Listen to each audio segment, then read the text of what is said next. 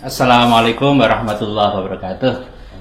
Alhamdulillah wa syukur ala ni'amillah wassalatu wassalamu ala rasulillah Muhammad bin Abdillah. La hawla wa la quwata illa billah. Rabbi shrah li sadri wa yassir li amri wahlul 'uqdatam min lisani yafqahu qawli.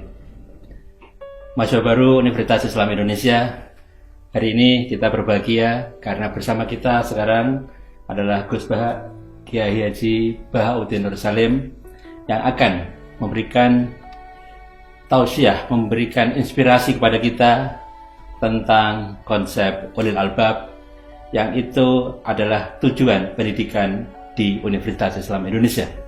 Melalui program ini saya berharap mahasiswa Universitas Islam Indonesia betul-betul dapat memahami dan menginternalisasi nilai-nilai ulil albab dalam dirinya. Assalamualaikum warahmatullahi wabarakatuh. Terima kasih sudah bergabung dan kami mohon bisa menginspirasi adik-adik mahasiswa baru untuk siap menjadi ulil albab. Silakan, Gus. Assalamualaikum warahmatullahi wabarakatuh. Bismillahirrahmanirrahim. Rabbi shrah li sadri wa yassir li amri wahlul 'uqdatam min lisani. Allahumma shalli wa sallim ala habibika Mustafa Muhammadin wa ala alihi washabihi ajmain. Amma ba'du. Bapak Rektor Profesor Fathul Wahid yang saya hormati, teman-teman mahasiswa baru yang sangat kami cintai, karena di sini memang kita semua ingin menjadi manusia ulil albab, agar orisinil saya bacakan ayat yaitu yang ada di 190 Ali Imran. Definisi ulil albab di sini disebut alladzina yazkurunallaha qiyaman wa qu'udan wa 'ala junubihim wa yatafakkaruna fi khalqis samawati wal ard.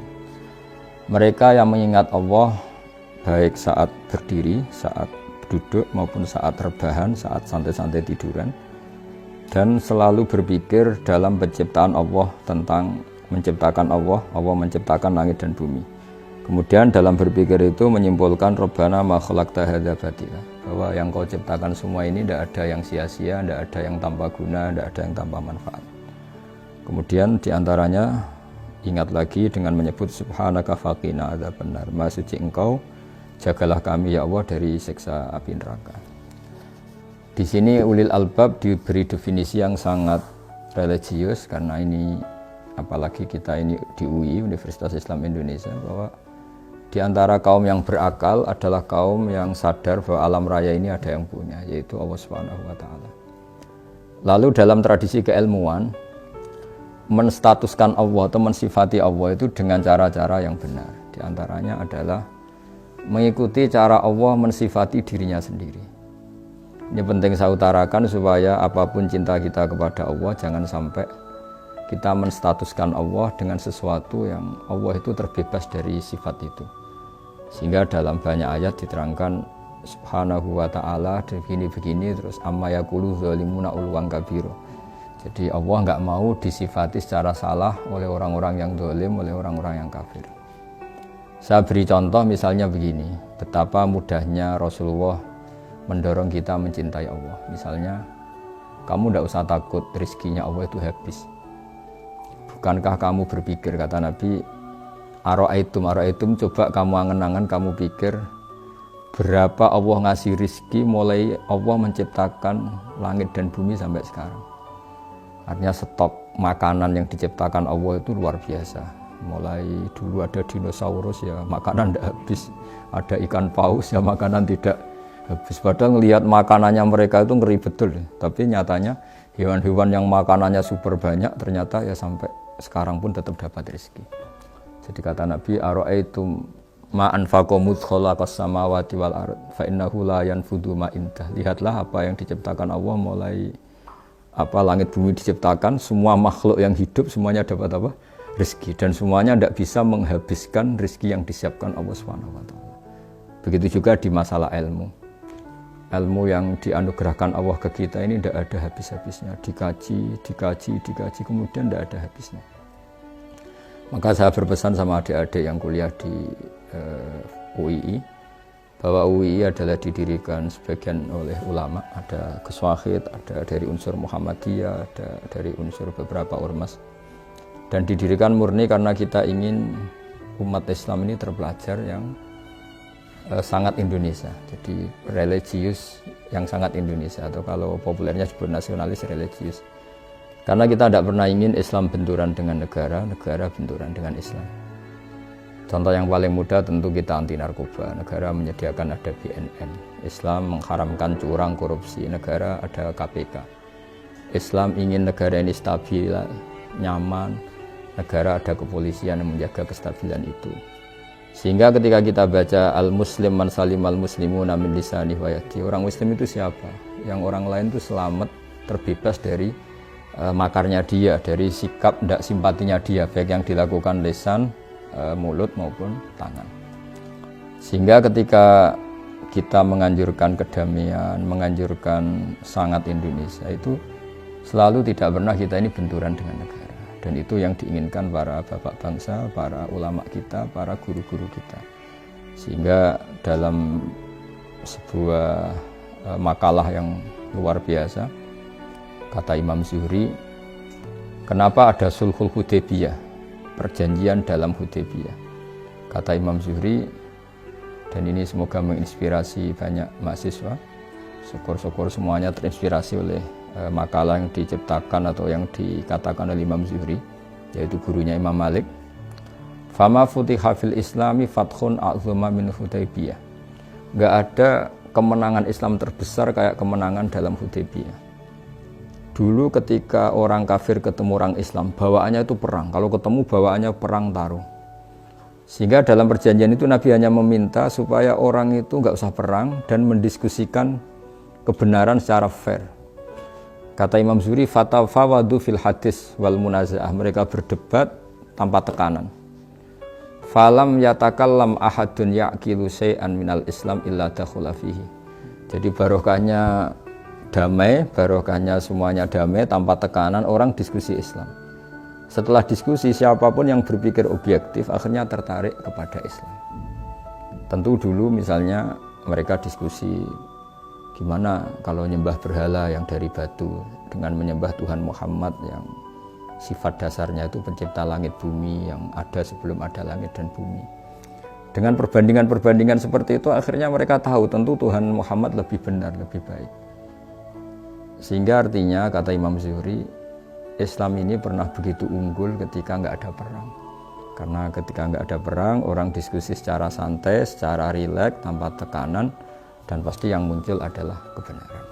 Sehingga agama ini dibawa oleh satu kebenaran yang enggak perlu ekstrim sebetulnya, karena la ikruha fiddin qad tabayyana rusydu minal ghayy. Artinya untuk mengatakan 2 tambah 2 4 itu enggak perlu perang, karena qad tabayyana rusydu, yang mana yang benar ya jelas, mana yang salah ya jelas. Sehingga untuk mengatakan kalau yang Tuhan itu harus yang menciptakan langit bumi, yang jadi Tuhan harus yang paling awal. Ini sebetulnya la ikra fiddin, enggak perlu ada pemaksaan, karena qad tabayyana rusydu minal ghayy, yang benar jelas, yang salah juga jelas. Nah, sehingga dengan tradisi akademik ini kita minta beberapa mahasiswa yang nanti pulang ke daerah masing-masing, ada yang di Papua, di Kalimantan, di Aceh, di berbagai pelosok Indonesia, tolong bawalah agama ini dengan rahmatan lil alamin, dengan santun, dengan baik, karena hakikat kebenaran adalah berkah bagi semua, dan kebenaran mudah dikaji secara sadar kalau kita simpatik. Sehingga dalam sebuah tafsir diterangkan, walau kunta fadhlan ghalidhal qalbi lan faddu min hawlik, andaikan kamu Muhammad keras hati dan kamu tidak simpatik, maka orang akan lari dari kamu. Dalam sebuah tafsir dijelaskan, hadza Rasulullah al-muayyad bi ruhil qudus wal muayyad bi malakutis samawati wal ardi. Ini Muhammad, seorang yang luar biasa, sayyidul anbiya wal mursalin, yang sangat ditopang oleh kekuatan langit. Itu pun kalau secara sosial salah, akan punya akibat lan faddu min hawlik. Orang akan tidak simpatik, orang akan lari. Apalagi kita, kata mufassir, sekali kita tidak simpatik, maka kebenaran akan dibenci, visi-visi Islam akan ditinggalkan. Sehingga sesuai para pendiri UII, para keinginan kita semua, termasuk keinginan Pak Rektor, keinginan kita semua, bahwa Islam ini harus kita bawa secara rahmatan lil alamin, secara kafah, bahwa semua bisa nikmati kebenaran ini, semua bisa bahagia dengan kebenaran ini.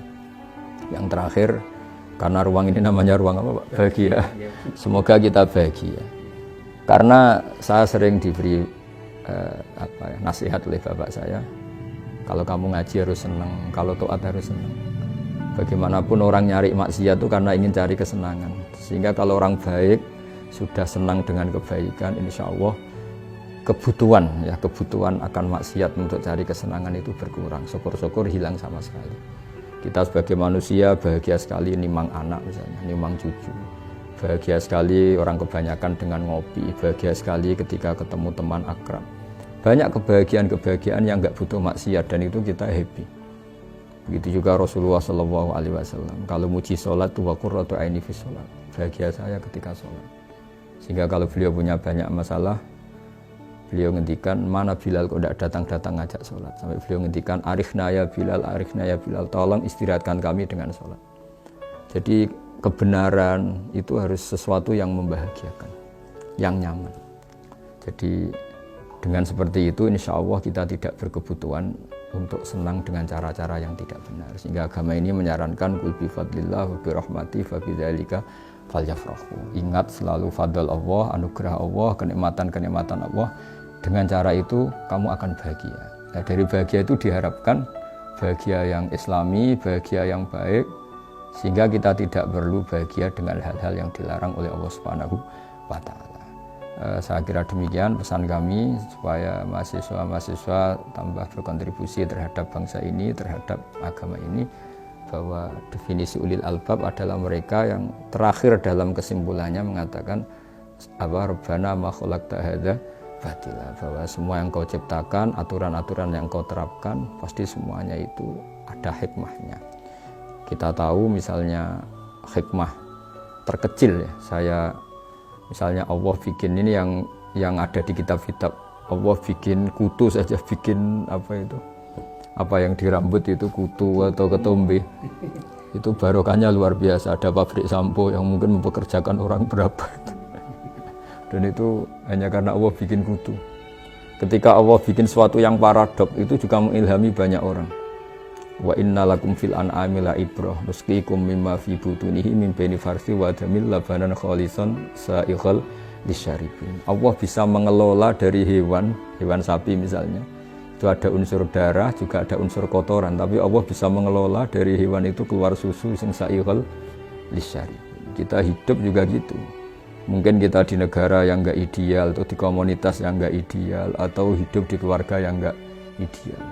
Kita hidup kadang antara darah dan kotoran, tapi Allah tetap mampu bikin sesuatu yang luar biasa, yaitu ada labanan khalisan sa'ighal lisyaribin. Maka kata para ulama, jangan putus asa ketika Anda hidup di keluarga yang kurang menopang, atau negara yang tidak seperti yang Anda inginkan, atau di komunitas yang Anda tidak cocok, karena Allah tetap saja berkemampuan mengeluarkan labanan khalisan sa'ighal lisyaribin. Semoga teman-teman mahasiswa, adik-adik yang mungkin punya keluarga yang orang tuanya broken atau cerai, atau di kampung yang mungkin kurang islami, semua ini tetap kita berharap sama Allah, jangan putus asa, karena agama ini limangkan yarjuha wal yaumal akhir. Agama ini diperuntukkan bagi yang selalu berpengharapan, dan Allah sangat mengkritik yang putus asa.